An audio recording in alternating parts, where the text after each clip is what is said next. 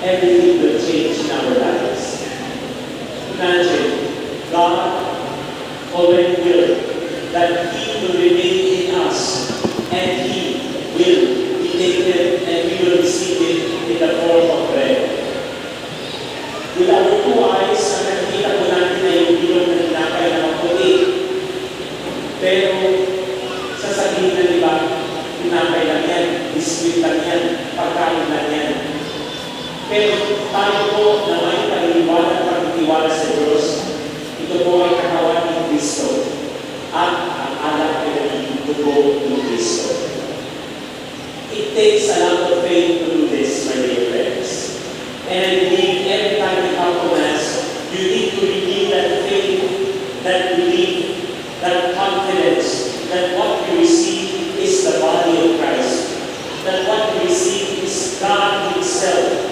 No other person, no other thing would be received by us. It is the body and blood of our Lord Jesus Christ.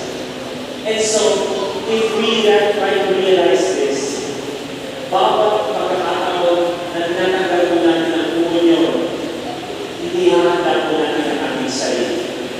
We must receive it with all respect and with all solemnity. Kung minsan nalulungkot ako, kasi kung minsan napapakunin ako, anong nakikita ko sa ating mga kapatid? Kung minsan nakikinig niya sila, at kung malakita sila, kamiga nila, wamig nila, nag-a-appear sila, tapos nagchichismisan, tapos body of Christ, Amen. Pagkatapos nun, pupunta sa upuan nila, tuloy ang chismisan. Wala namang pag-respeto. There is no solemnity and respect that we try to give with what we receive already. My dear friends, this solemnity reminds us that we need to give our utmost respect and utmost reverence to the body of Christ which we receive. One thing more. Before we receive Holy Communion, we are required to have a clean heart.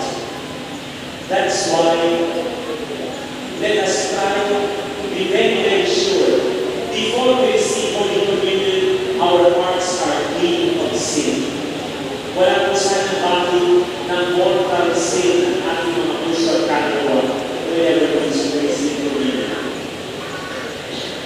Because if we do that, if we receive Communion with mortal sin, it is a desecration of the body of Christ.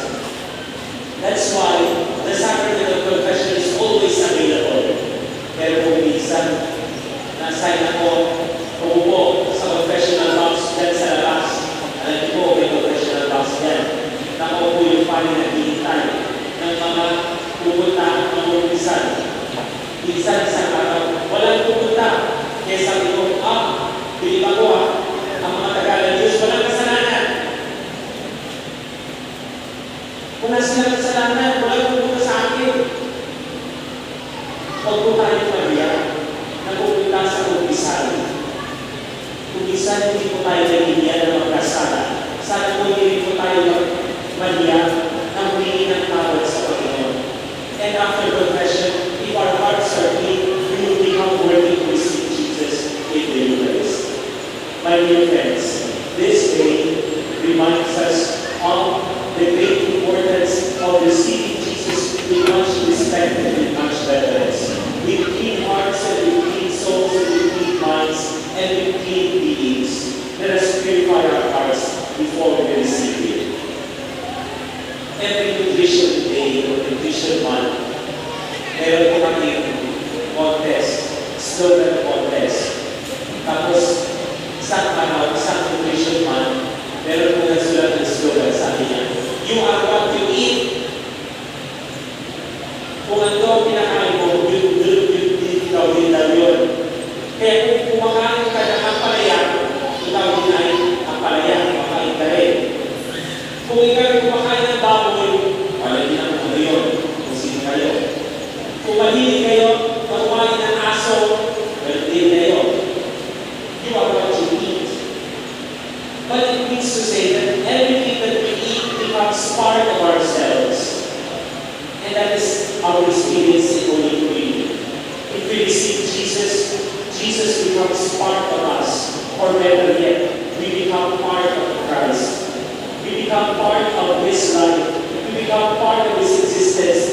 become part of His humanity and divinity, and we integrate His values.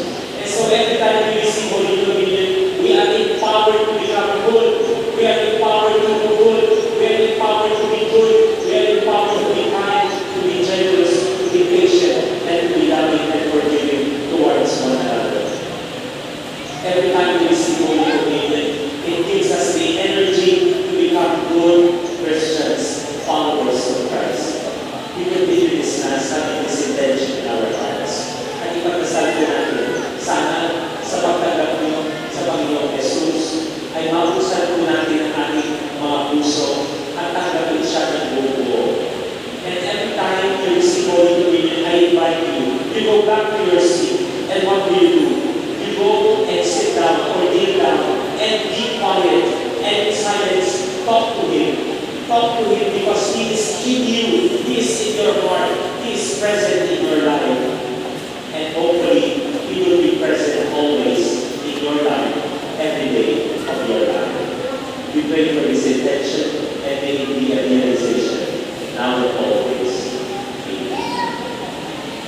I believe in one God, the Father Almighty, maker of heaven and earth, all things visible and invisible. I believe in one Lord Jesus Christ, the only begotten Son of God, born of the Father before all ages, God from God, light from God, true God from true God, without nothing, consubstantial of the Father, firmly open and serving, for us men and for our salvation, He came down from heaven, and by the Holy Spirit was incarnate in the Virgin Mary and became man. For our sake He was crucified under Pontius Pilate. He suffered death and was buried, and rose again on the third day according to the Scriptures. He ascended into heaven, and is seated at the right hand of the Father. He will come again and Lord of the judge the living and the dead, and His kingdom will have no end.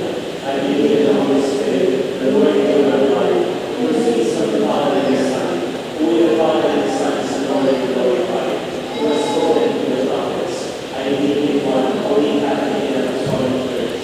I confess one baptism for the forgiveness of sins, and I look forward to the resurrection of the dead and the life of the world to come. Amen. Dear sisters and brothers, let us pray to God our Father that our Eucharistic celebration may truly be a sign of unity, brotherhood, and sharing in Jesus' name. We pray and say, Lord, hear our prayer. Lord, hear our prayer.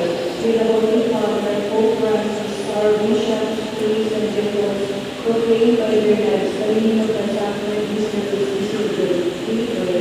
Lord, hear our prayer. Hear the body and blood of Christ. Heal all the divisions among the Christian churches, and bind them together in the common service, so that one day all may see as one of the Eucharistic people. We pray. Lord, hear our prayer. We all God's glory, faith, to our service, and we pray for signs of God's presence to others. We pray. Lord, hear our prayer. We seek the elderly, the handicapped, and those burdened with trials and difficulties. Be comforted with the hope and presence of Jesus in the universe. We pray. Lord, hear our prayer. May our beloved brothers and sisters come to share the banquet of everlasting life. We pray. Lord, hear our prayer. Let us pray for the urgent concerns of our community and our first life generation. We pray. Lord, hear our prayer. O God, our Father, we thank you for the sacrament of our salvation. Help us to worship you with lives poured out in loving service